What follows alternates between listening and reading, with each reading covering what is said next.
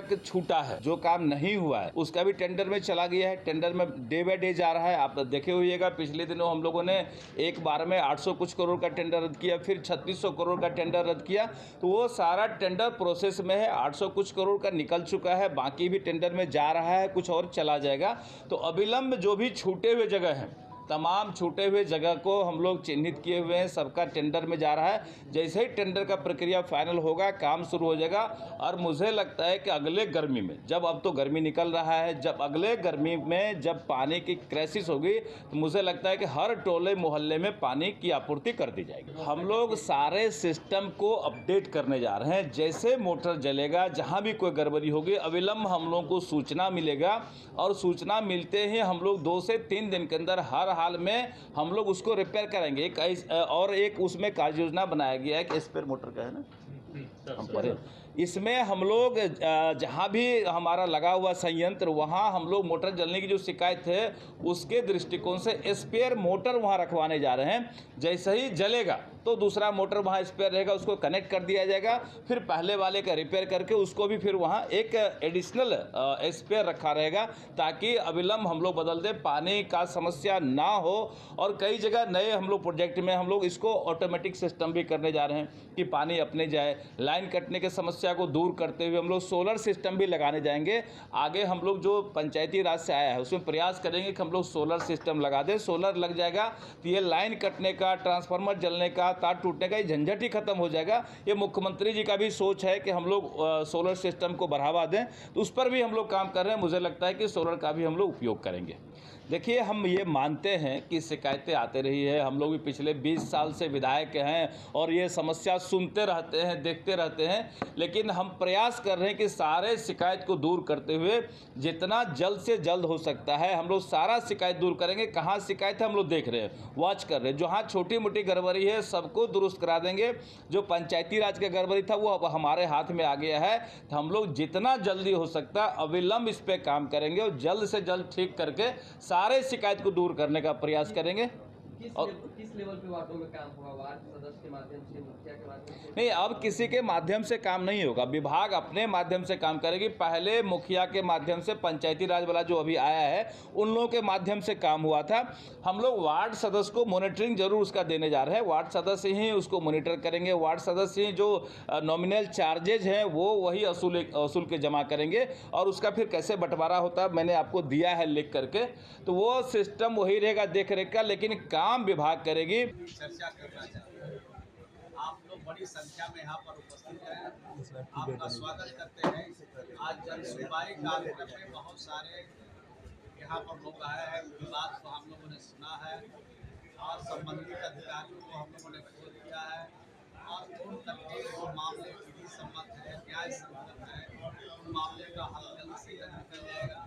आप देख रहे हैं कि माननीय नीतीश कुमार जी के नेतृत्व में जो ये निर्देश हम लोग को जन सुनवाई कार्यक्रम का मिला है, उसका कितना अच्छा असर हो रहा है कि हर विभाग से संबंधित जन सुनवाई के लिए कार्यकर्ता आ रहे हैं, यहाँ पर आप जनता आ रही है और उनकी जन सुनवाई करने के मामले का हल किया जाएगा। दूसरा सवाल आपने पूछा है बांग्लादेश के बारे में। ये अंतर्राष्ट्रीय इशू, अंतर्राष्ट्रीय इशू के बारे में भारत सरकार पूरी तरह से सक्षम है इन मामलों का हल निकालने के लिए। और आपने देखा कि ट्रेन में जब बिहार के बच्चे फंसे थे, बिहार के बच्चों को और वहाँ के नागरिकों को किस तरह से निकाला गया, लाया गया भारत। और उसी प्रकार से चाहे किसी भी देश में अगर कोई इस तरह की घटना होती है, उसके लिए भारत सरकार सक्षम है और भारत सरकार अपने स्तर से कार्रवाई कर रही है। और जहाँ तक बिहार का सरकार के सवाल है, बिहार के मुख्यमंत्री बिल्कुल मामलों में बिल्कुल संवेदनशील रहते हैं। कुछ भी दिक्कत और परेशानी नहीं होगी, सब लोग पूरी तरह से वापस अपने घर आएंगे, ऐसा विश्वास आपको।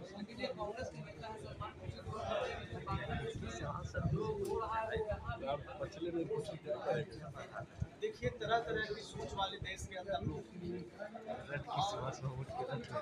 विचार हो सकता है, लेकिन पूरा देश, पूरा दुनिया शांति चाहता है, अमन चाहता है, भाईचारा चाहता है, प्रेम चाहता है। भारत से जाता है, निश्चित रूप से उसका पैगाम है और उस पैगाम को सब लोग अच्छा समझते हैं, नेक समझते हैं और उसको अपनाने की कोशिश करते हैं।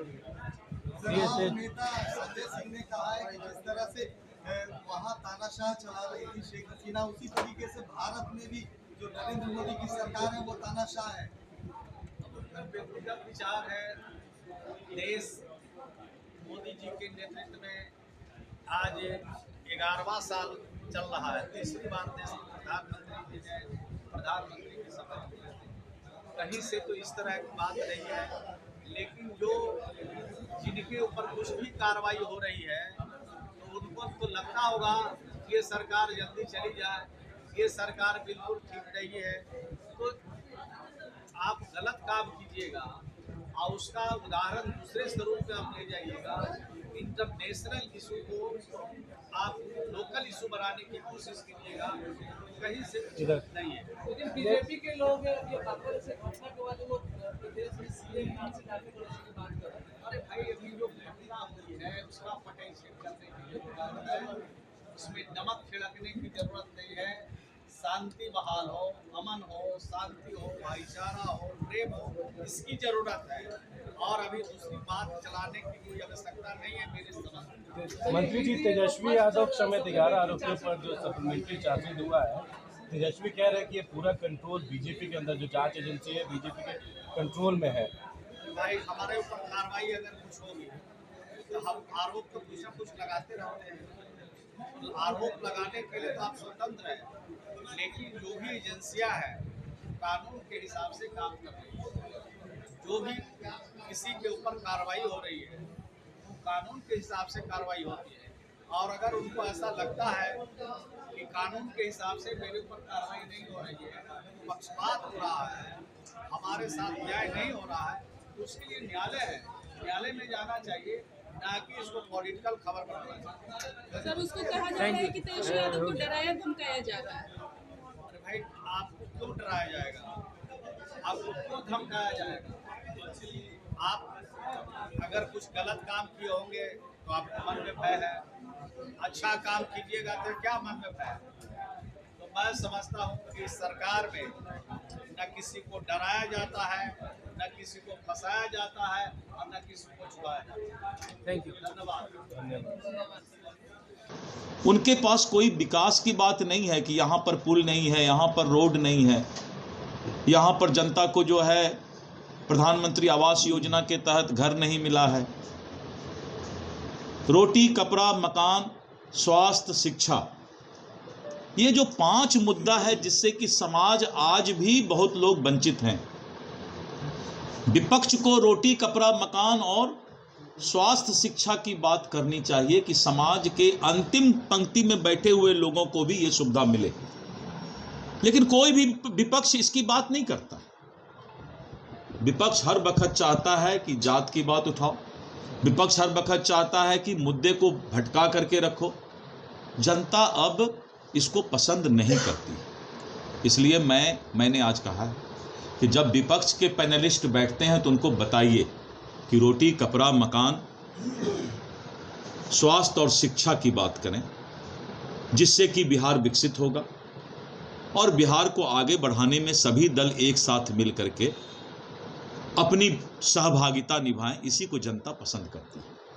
धन्यवाद। सहयोग कार्यक्रम को आपने शुरू किया था और पहले ही दिन सिर्फ एक मंत्री पहुंचे थे और आज भी सिर्फ एक ही मंत्री आए हैं। देखिए, ऐसा है कि कम से कम एक मंत्री जरूर सहयोग कार्यालय में बैठें और सभी मंत्री अपना अपना कार्य, किसी का मान लीजिए बैठक है तो 1 घंटा लेट पहुंचेंगे, लेकिन सभी लोग रहेंगे और मेरी नज़र है, हर चीज़ पर नज़र है।